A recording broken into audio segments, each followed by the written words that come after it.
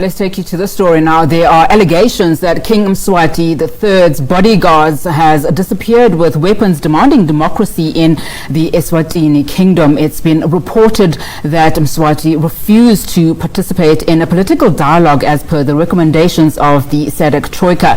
Now, the senior correctional services officer has also confirmed that he had resigned, adding that the weapons were handed over to the commander of Swaziland International Solidarity Forces.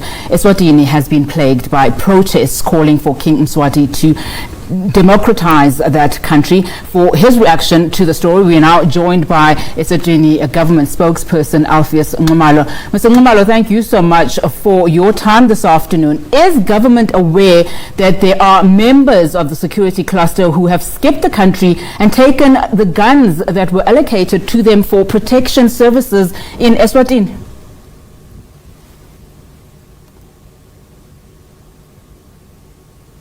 Mr. Nxumalo, can you hear me? Yeah, I can hear you. Do you want me to repeat that question? No, you don't need to. Okay. I want to respond by putting a question on you. Where are the solidarity forces based where the guns have been received? Is it in South Africa? Or what country are the so-called solidarity forces based to which these so-called forces have taken their guns to? Secondly, I wish to correct just one narrative, because I believe that is the basis of all these negative narratives that are perforating the social media. The SADC Troika meeting that was held in Kinshasa in the Democratic Republic of the Congo, the resolution there had nothing to do with the so-called elders that must be appointed to come to the Kingdom of Eswatini for faith-finding mission. The resolution there stands out loud and clear. There shall be a Troika plus Eswatini meeting that will convene at the appropriate time and look at the security situation in the kingdom. It is very unfortunate that one particular and single leader of the SADC stage, who stood up to make a presentation and a submission in the meeting, decided to leave the meeting before it closed and convene a press conference and disseminate a misinformation and disinformation. Every meeting of SADC as head of state, the resolutions are reflected only in one document.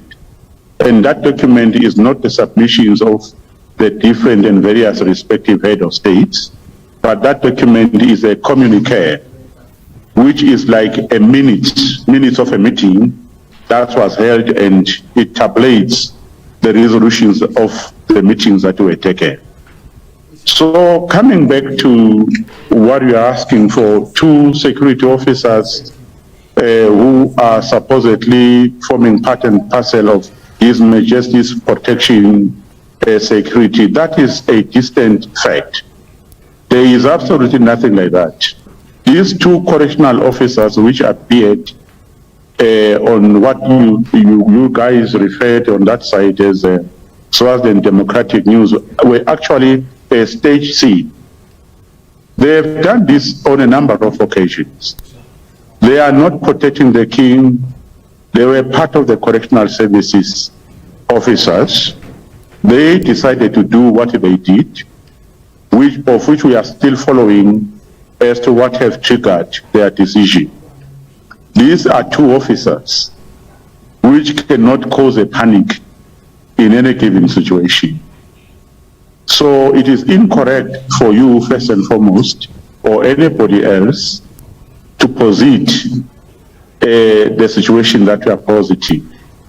These two officers must hand over the guns to where they belong to, which are the correctional services, not to the so-called solidarity network, solidarity forces, which we don't even know where are they based. Maybe you can help us identify their base and their operation point. Mr. Nxumalo, I appreciate you asking me a question, but I'm afraid we have several sources coming to us complaining about violations in Eswatini, and that is why I am posing questions to you. Now, there is a video that is currently doing the rounds of a member of security cluster who is currently saying that more are expected to defect and abandon their posts next week. Now, the question is, what are you doing about it? And are these actually, in fact, King Mswati security forces who are saying that there is no goodwill to promote democracy in Eswatini?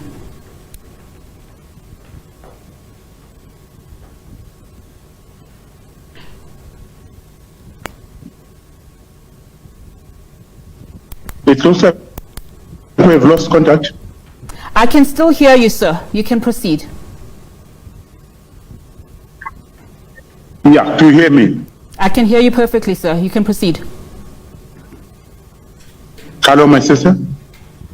All right, we seem to be losing connection, but let me try, Mr. Nxumalo, to ask you this question again. Can you hear me?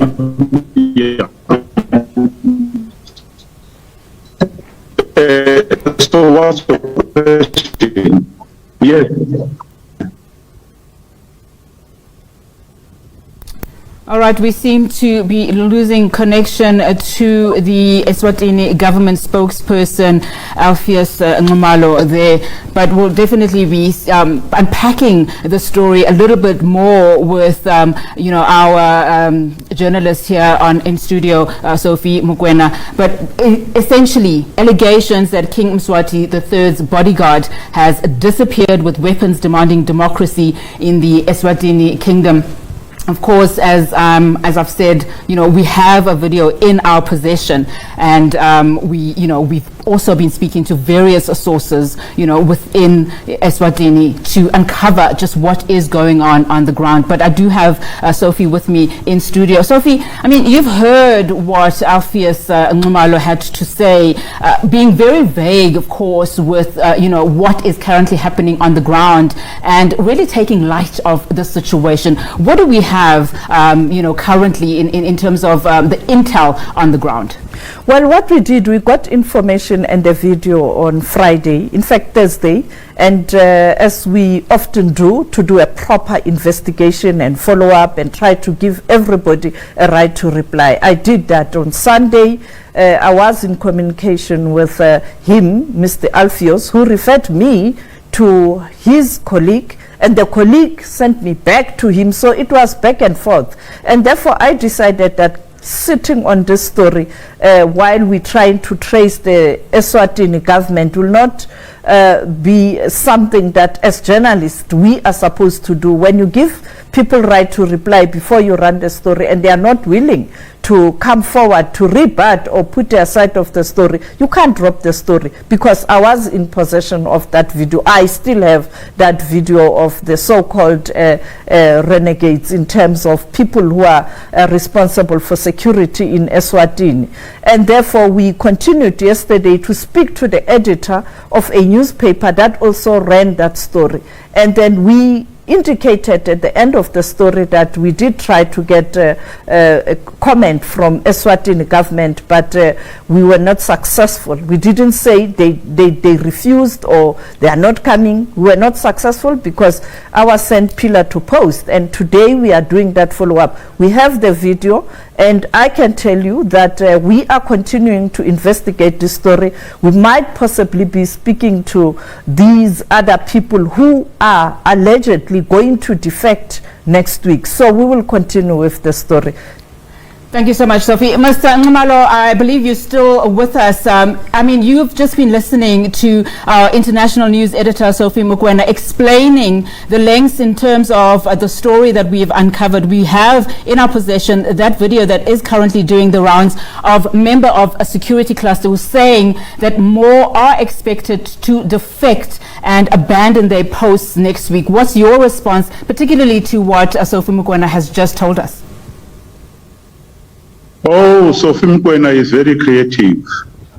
I think she must leave the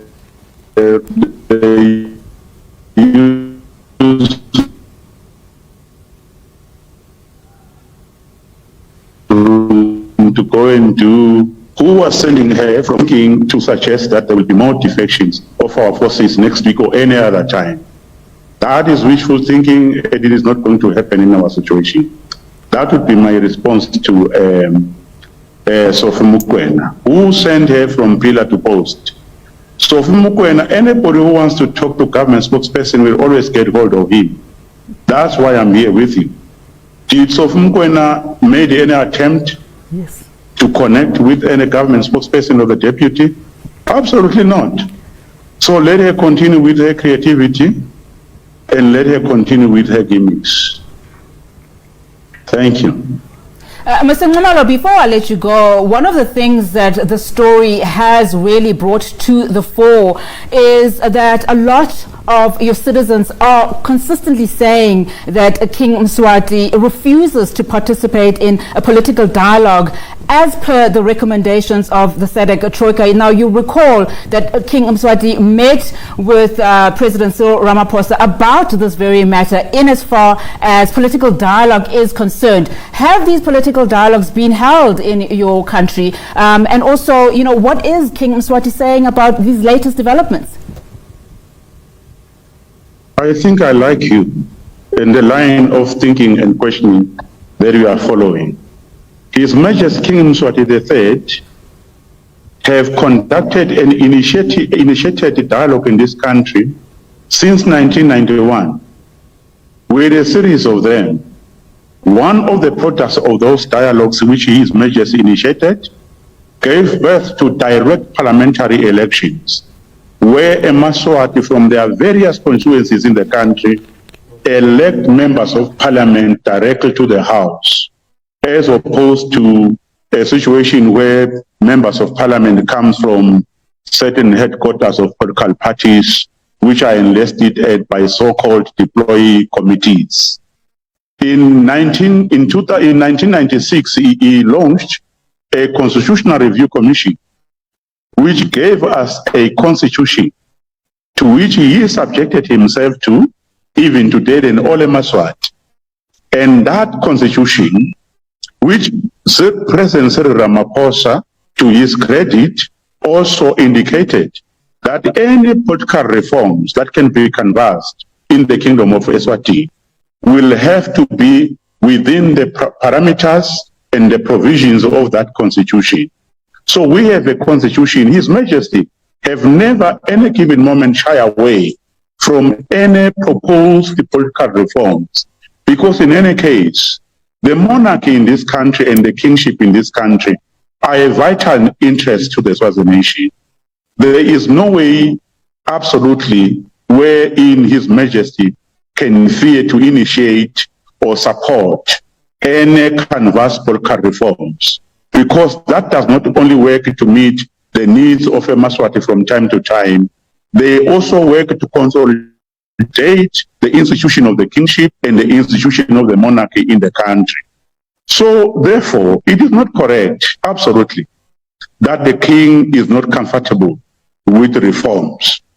President Cyril Ramaphosa, when he met His Majesty, they agreed without any reservation whatsoever that political dialogue will unfold in the country following the constitution of the country, as the case may have been.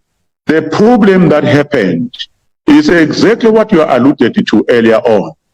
Now we are talking of so-called international solidarity forces, which are busy, an insurgency that is busy maiming, killing the security forces in the country, using intimidation, coercion, and force as an instrument for political influence.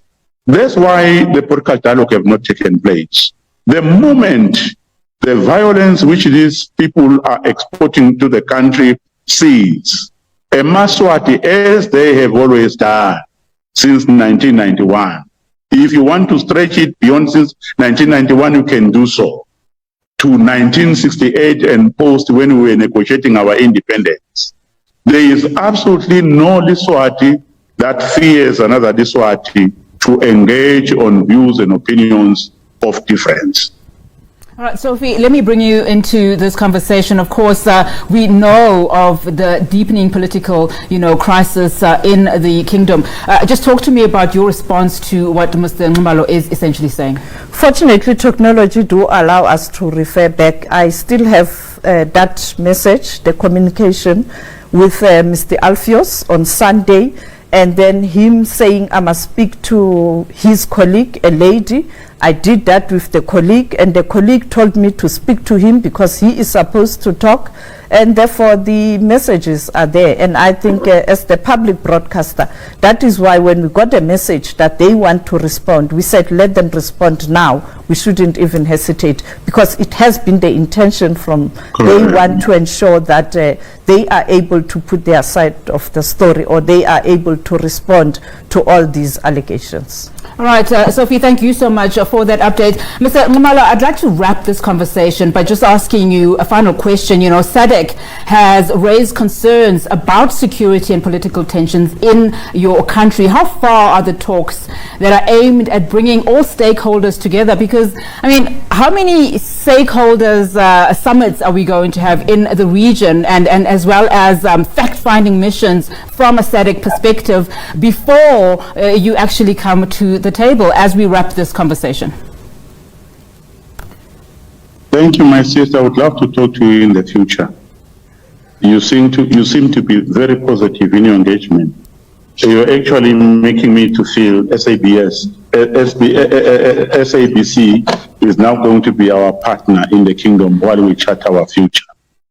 SADC does not need to do anything for a Maswati to engage. Absolutely nothing. We are a sovereign state. We have carried a package of reforms, as I have indicated to you earlier on, since His Majesty ascended to the throne.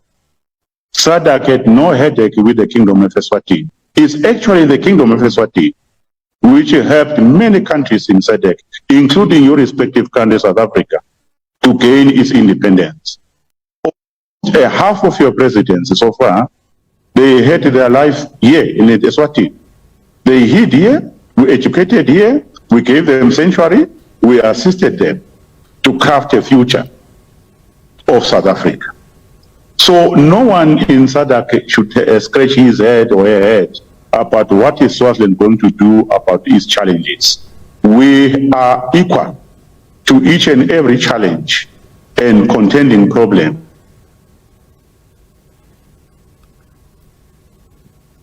All right, Mr. Alpheus Nxumalo, thank you so much for your time. I think we have lost his connection again. Of course, he's a Eswatini government spokesperson, Alpheus Nxumalo, not answering our question in as far as, the fact that government is aware of security clusters who have skipped the country and have taken weapons in the form of guns that were allocated to them for protection services in Eswatini. Sophie, let me bring you into this conversation as we close the discussion, but just your views in terms of where this particular matter is going to go, because we do know of the conditions that are in the kingdom. We've spoken to one news editor yesterday, just talking about the transgressions from human relations capacity point of view, and just some of the violations that are happening in the kingdom. And now we are hearing that there are more defects expected to be happening in as far as this video that has gone viral is concerned. At all times when we cover Eswatini, we speak to both sides, and our colleagues in Mpumalanga do that all the time, and we are also giving a backup from Johannesburg. We'll continue to follow the story, and we'll continue to speak to the government of Eswatini and those who are in exile in South Africa and those who have defected. If all goes well, next week we will be speaking to those who have defected and those who will be at that time perhaps have just defected, if all goes well. Therefore, we'll continue to give a balanced story in line with the SABC policy in the news division, being impartial and independent without fear or favor. Excellent. Thank you so much, International News Editor Sophie Mukwena there for us. Of course, the conversation all centers around allegations that King Mswati III's bodyguards disappearing with weapons and demanding democracy in Eswatini Kingdom. Of course, we'll continue to track this story as a